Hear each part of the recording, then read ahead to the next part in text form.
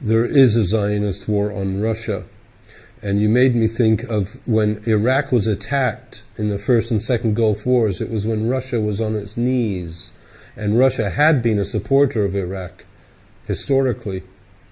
So, indeed, maybe keeping Russia out of the picture is a Zionist goal. The Zionist goal is to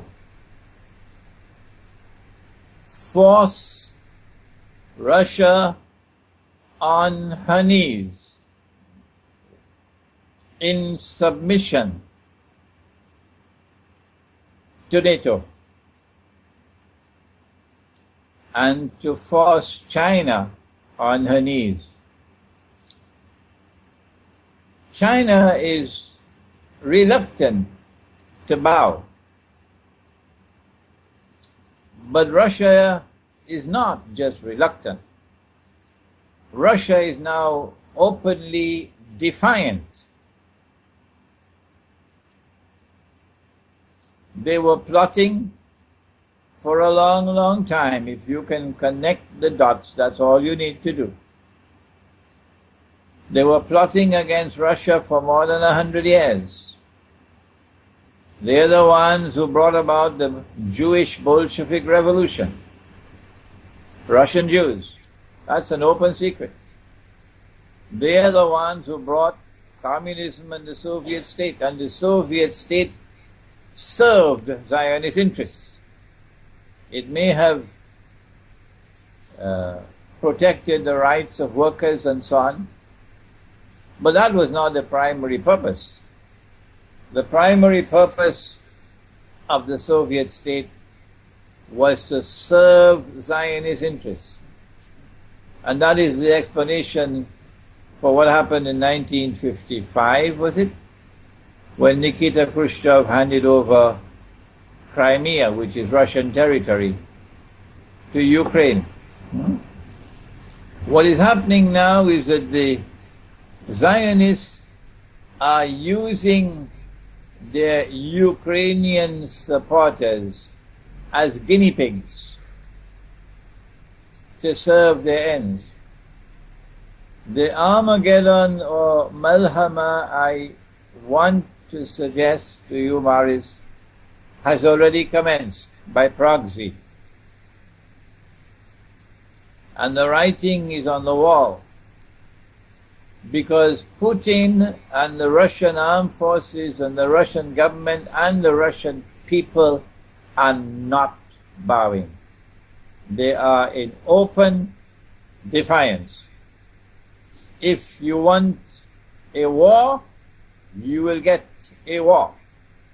We are not going to back down. That's Russia speaking today. We are not going to back down. And a war with Russia will ultimately be nuclear war. That's the price. Well, guess what? If nuclear war breaks out, who will be the first people to be destroyed? Answer? Ukraine. And they deserve it for their foolishness, their stupidity. Rather than working out an agreement with Russia, which is mutually acceptable, so you can live together side by side peacefully. The Ukrainians who support the Zionists are now allowing themselves to be used as guinea pigs so that the Zionists can wage war on Russia by proxy. So the war has already commenced. They tried to do it in Syria, they did not succeed, and they're now succeeding in Ukraine. I think it's only a matter of time before Russia will have to intervene militarily. When you're killing sufficient Russians in Ukraine, then Russian public opinion will be so incensed that Putin will have no alternative but to intervene militarily. If there is an intervention, a Russian intervention militarily in Ukraine, I want to suggest to you, Maris, it makes no military sense whatsoever for it to be a piecemeal, part-time intervention. Russia will have to intervene decisively to achieve a fait accompli, as she achieved in Crimea.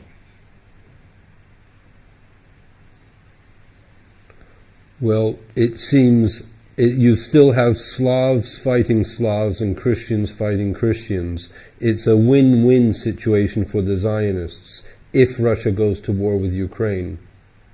No, I disagree. Please. You see, in the Quran, Allah speaks about those Muslims who become friends and allies of what we now recognize as the Judeo-Christian Zionist Alliance. And the Quran declares that those of you who join them, who become their supporters and friends and allies, you no longer belong to us, you now belong to them. So this will not be Christians. No. The ones who will be Christians will be Rome, which will be Russia and her allies. And the rest will be those who have, for all intents and purposes, abandoned Christianity and joined the Zionist Judeo-Christian Alliance. Thank you for the clarification. I don't think it's going to be long before Russia is sufficiently provoked to intervene militarily in Ukraine.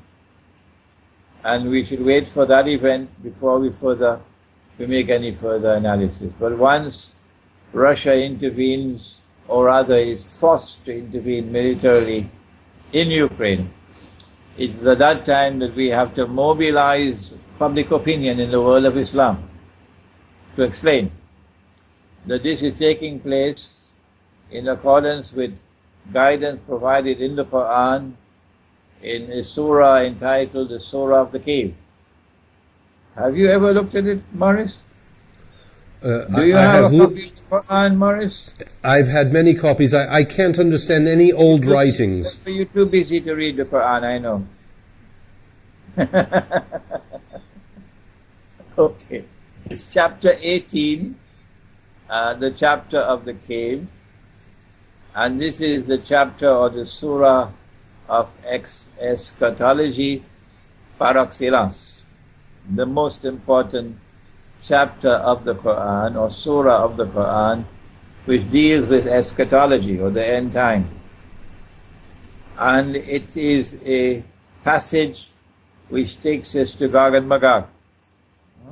It introduces Gog and Magog. And it speaks of someone who is known as Zul Qarnain, a man who either has two horns, the Arabic word qarn can mean horn, or an event which applies to two ages. Qarn can mean an age. But whenever the Quran uses the word qarn, it always refers to the second meaning, an age, and never to the first meaning, a horn. Never. In the first of the two ages, in the first one, power rested on the foundations of faith. And power was used in a territory located precisely where the Black Sea is now is. And Crimea is in the Black Sea. Power was used in that area to punish the oppressor and to assist the oppressed. And powers were used to support those who had faith and whose conduct was righteous.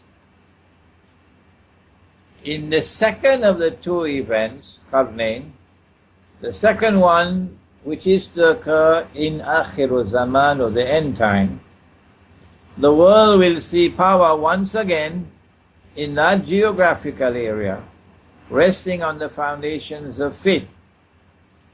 The power in that region is Russia. That's power. And power in Russia is now returning to a foundation of faith in Christianity after the collapse of communism. So I am suggesting to you that we are now witnessing what the Quran has spoken about. And if my analysis is correct, if my interpretation is correct, then when power is used by Putin to punish those who are now oppressing, using the armed forces of the country against the people, your own people, then that power will be successful in punishing the oppressor and in liberating the oppressed. It's only a matter of time. We need to sit back and wait. There is more to it than that, because the Quran goes on to speak about a journey to the east and then a third journey, but we can leave that for the time being.